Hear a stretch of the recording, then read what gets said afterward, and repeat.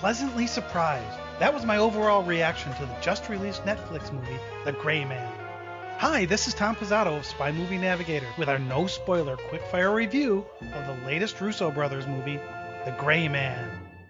We saw this movie in the theater, and it'll start streaming on Netflix on July 22nd, 2022. In our quickfire reviews, our goal is to let you know if the movie's worth your time and money, but we do this without any spoilers, so let's get on with this and keep it spoiler-free.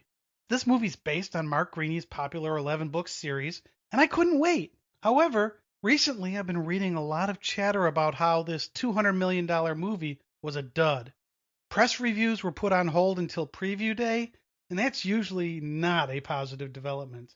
And it made me a little wary to go see it. And although I'll admit it was not the best spy movie ever made, I found it entertaining, even with some obvious problems, which we'll discuss, and one of them's a big problem. So what's The Gray Man about? Well, the Netflix page on this movie puts it this way. When a shadowy CIA agent uncovers damning agency secrets, he's hunted across the globe by a sociopathic rogue operative who's put a bounty on his head. So, sounds like a pretty good topic for a spy movie, and it pretty much sums up what happens in this movie. It has a PG-13 rating here in the US. Now, we're going to talk about the characters. I'm going to spend more time on the characters than I normally do because I actually like the characters and I like the actors here. But one warning before we get there. If you go to see this movie in the theater, it starts without the usual 20 minutes of preview trailers. We know a lot of people show up to movies 15 minutes after the movie's posted start time to avoid this 20 minutes of advertising. Don't do that here. We went to a 7 o'clock showing on the preview night, and it started right at 7. We don't know if that's because there was a Q&A session afterwards that followed or not, but it started right away, so be there on time. Now, we said this was entertaining, so what about this movie did we like? We'll talk about what we didn't like later in this episode. Now, first, The Gray Man has a fantastic cast. The casting team did a really good job here. So let's look at the key roles and the actors who portrayed them. Ryan Gosling stars as Cortland Gentry, who's known throughout the movie as either Six or Sierra Six. He's the Gray Man in the title. We think Gosling is poised to take this role into the future for many Gray Man movies if he wants to do that, and if there are any. We'll talk more about that in a little bit. He does an excellent job portraying Sierra Six. He was believable, and he had the right air about his character. That said, this character, Sierra Six, is supposed to be underground. And I find it very easy to see another actor taking on this role if Gosling decides not to continue going forward with it. And that's not a slight on Gosling at all. We enjoyed his performance. We're just pointing out the flexibility of this role. They did that with James Bond when Sean Connery left, and the Kingsman series is supposed to evolve without Eggsy as they go forward. And they showed in the Kingsman movie that Eggsy wasn't needed for the Kingsman stuff to work. Now remember, so far there are 11 Gray Man books, so it makes sense that at some point Gosling will need to be replaced. For those of you who have listened to our podcast before, one of the things we like to do is call out where a movie is either influenced or was influenced by another movie or real-world events. We want to talk about Six's path to being a CIA agent, and we don't think this is a spoiler as it happens right at the beginning of the movie, so no plot is ruined. Sierra Six, or Cortland Gentry, was recruited into the CIA out of prison after killing someone. Now, if we remember the Harry Palmer movies, Harry was recruited into security services to avoid a jail sentence. And in the Kingsman series, Eggsy was released from police custody and recruited into the Kingsman organization. It's a take on the reluctant spy story that we often talk about, and it's worked in all three of these movie series. Take a rough and tumble character and make him or her a spy. They have nothing to go back to other than jail, so why not? Let me take on the spy role. The next character is Lloyd Hansen, who's played by Chris Evans, and he's Sierra Six's main adversary in this movie. He's a villain, but he's also funny, although we don't think the character knows how funny he is. He's got this 70s porn star mustache, he's wearing white pants. Really, his whole costuming and the way Evans portrayed Lloyd, this character really worked for us. We kind of liked him, although he's one of the bad guys, and he is a very bad guy. Well, maybe we don't like him, but we like the oddities portrayed. We like the portrayal of this character. Ana de Armas seemed to almost continue her Paloma role from No Time to Die here in the role of Danny Miranda. Now, this isn't a criticism. We thought she stole No Time to Die. She was fabulous in that, and here again, she plays an agent who has to be badass at sometimes, and she does that very, very well. Now, another actor I want to point out is a guy who most American or British audiences won't know, and it's an Indian actor named Dhanush. He plays a character called a Vixen, and you're going to like him in this movie. It was our first exposure to him. And in The Gray Man, his character's one bad dude. Dhanush plays him very well. His two action scenes alone are worth watching this movie for, I think. I mean, they're just fantastic. Billy Bob Thornton plays a guy named Fitzroy who recruited Six from prison. He doesn't have a ton of screen time, but what he does works well, which is not surprising because, hey, it's Billy Bob Thornton. Of course it's going to be well done. Now, Fitzroy has a young niece named Claire who ends up being an important cog in this story. She's played by 13-year-old Julia Butters, and she's played very well and very believably. Now, for us, this is the third spy movie released in the last 15 months that has a young female relative, a daughter or a niece, who has an impact on the movie. No Time to Die had Matilda, Codename Banshee had Haley, and now The Gray Man has Claire. We're hoping this trend doesn't continue in every spy movie to come. It can work as it does here, but we're getting a little fatigued from that trope being what seems to be in every spy movie now. There are other ideas you can have for a spy movie. Now, Jessica Henwick plays Suzanne Brewer, who reports to a guy named Carmichael, who's played by Regé-Jean Paul.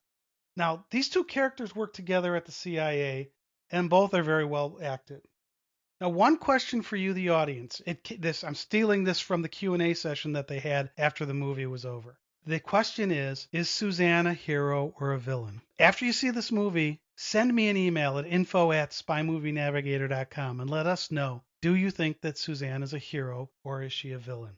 Be interested in your feedback on that one. The last two actors we'd like to highlight are Alfred Woodard, who played Cahill, and Wagner Moura, who played Laszlo. Both of them were smaller parts but well acted. Cahill brought some depth to the story, filling in some needed pieces, and you always have to like Woodard. She's fantastic.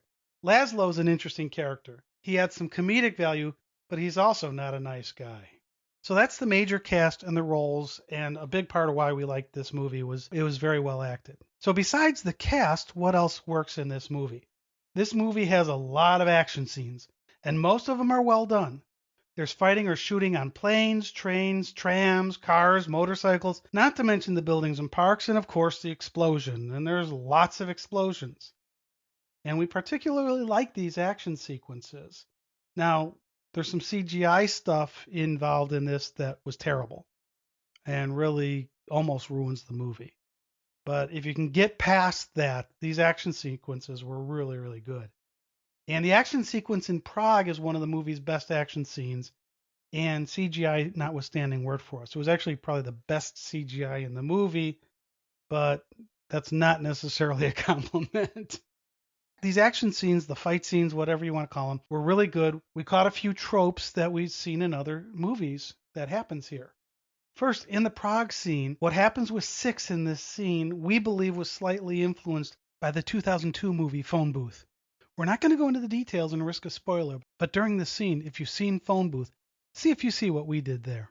Another trope that was used a couple times but not overused was when someone would turn holding somebody else in front of them just as they're about to get hit or shot at. The person they are putting in front of them takes the bullet. This is a move that James Bond does often. A classic example of that is in the pre-title The Goldfinger, when James Bond spins Bonita around after seeing a thug in her eyes, seeing the reflection off of her eyes. She ends up taking the hit. And they do this type of move a few times in The Gray Man, but not too many times that you're going like, okay, this again?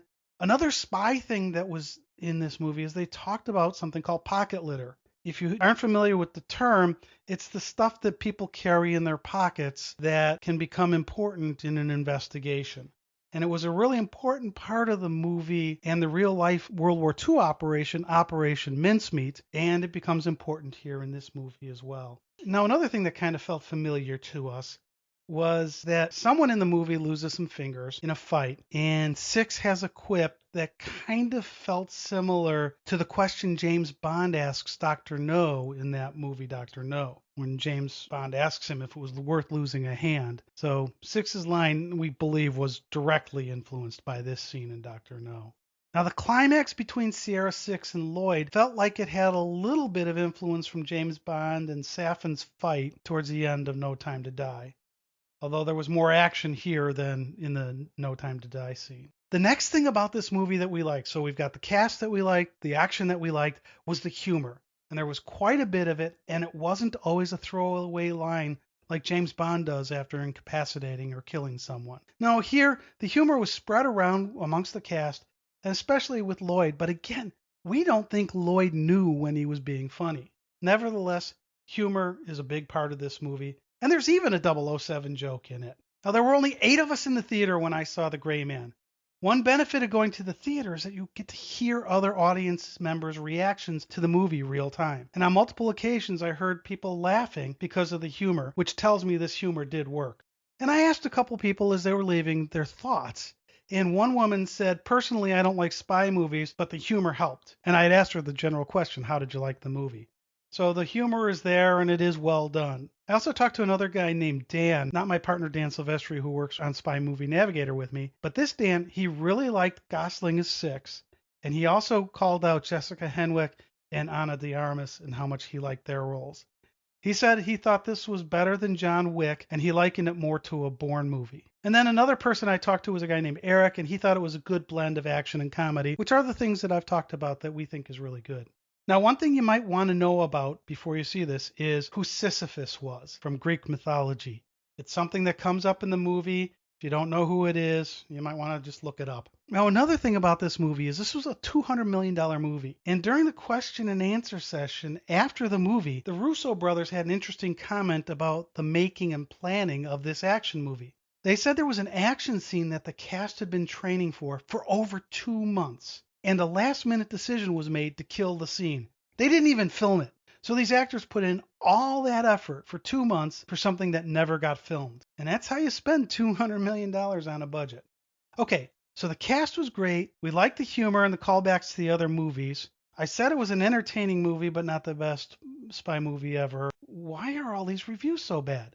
Well, a lot of what we've seen negative about this movie was the terrible CGI. I mean, when we say terrible, we mean like Die Another Day bad. Up until the airplane scene here in The Gray Man, Die Another Day held the mantle in our minds as the worst CGI in a spy movie. I mean, that was just brutally bad. Well, this movie had some brutally bad CGI in it, around an airplane and around some parachuting that happens. Now, we will watch this movie when they stream it to see if a smaller screen helps. I'm curious to see if there is a difference. Remember, this is Netflix filming it. They're filming it for Netflix streaming. But especially for a movie that supposedly cost $200 million, we would not have expected CGI this bad, especially in 2022. What did they spend the money on? Oh, having actors work on stuff that they end up deciding not to film. Now, I said the parachute scene was particularly bad. For those who've seen the pre-title sequence of Moonraker, there is a fight amongst parachutists that works out much better than something similar that happens here. In Moonraker, a lot of that action was stunt work with actually parachuting stuntmen. And there was some rear screen projection stuff. But here, the parachute thing seemed to be all CGI work, and it really didn't work for us. There was no realism to it. The plot isn't really the tightest either, and 2 things really were a little bothersome for us. We counted 11 different countries or major cities used as backdrops for this movie. And things seemed to jump between the locations, and it got a little confusing as to where they were, because it was, it's a 2-hour movie and you've got at least 11 locations. Another issue we had was the use of time. The movie opens up with the recruitment of Cortland Gentry. It then jumps ahead 18 years, then back 2 years, and then back to the present day. Why? Okay, I can see starting with the recruitment and jumping the 18 years. But then going back and then coming forward, it got a little confusing as to what was going on there. Another thing has me worried about this movie, and this is not about the movie itself. I want this series to work, and now that EM Productions has screwed up the James Bond series, I need to see another star spy come onto the big screen that's based on books. And this movie was supposedly based on the first book of the Mark Greaney 11-book series. And the funny thing to us that initially, when we first started hearing about this movie, all the talk was about that this movie was going to be based on the first book in the series, and that they planned on being able to develop out the series. So we were hoping that this was going to be our James Bond successor. Well, in the Q&A session that Netflix held with the Russo brothers and the key cast members, we didn't hear anything about Greaney's books. I mean, as in nothing. No acknowledgement at all that this had anything to do with this book series. This might mean this ended up being a very expensive one-off. I mean, we're not sure, but the lack of acknowledgement in that Q&A session about the creator seemed very telling to us. So we're going to have to see what happens here, and part of what happens may be decided based on how viewership is on Netflix. So how do we wrap this all up? We thought Gray Man was an entertaining movie that had some pretty big flaws, and that CGI stuff was really bad. If you've already paid for Netflix, it's entertaining. Go ahead and watch it and stream it starting on the 22nd of July. Now, we wouldn't recommend spending money to see it in a theater because of the CGI issues if you already have Netflix. You're going to be able to see it for free in a few days anyways. However, if you don't have Netflix and are looking for a spy movie to go see, it's an entertaining 2 hours. You'll just have to deal with the fact that the CGI is so bad. This has been Tom Pizzato from SpyMovieNavigator.com. Thank you for joining us for our no-spoiler look at the Netflix movie, The Gray Man. Please subscribe to our podcast on your favorite podcast app and our YouTube channel. Both are called Cracking the Code of Spy Movies. Follow us on Twitter, Instagram, and Facebook. Tell a friend about our show. Thanks for listening. We appreciate it.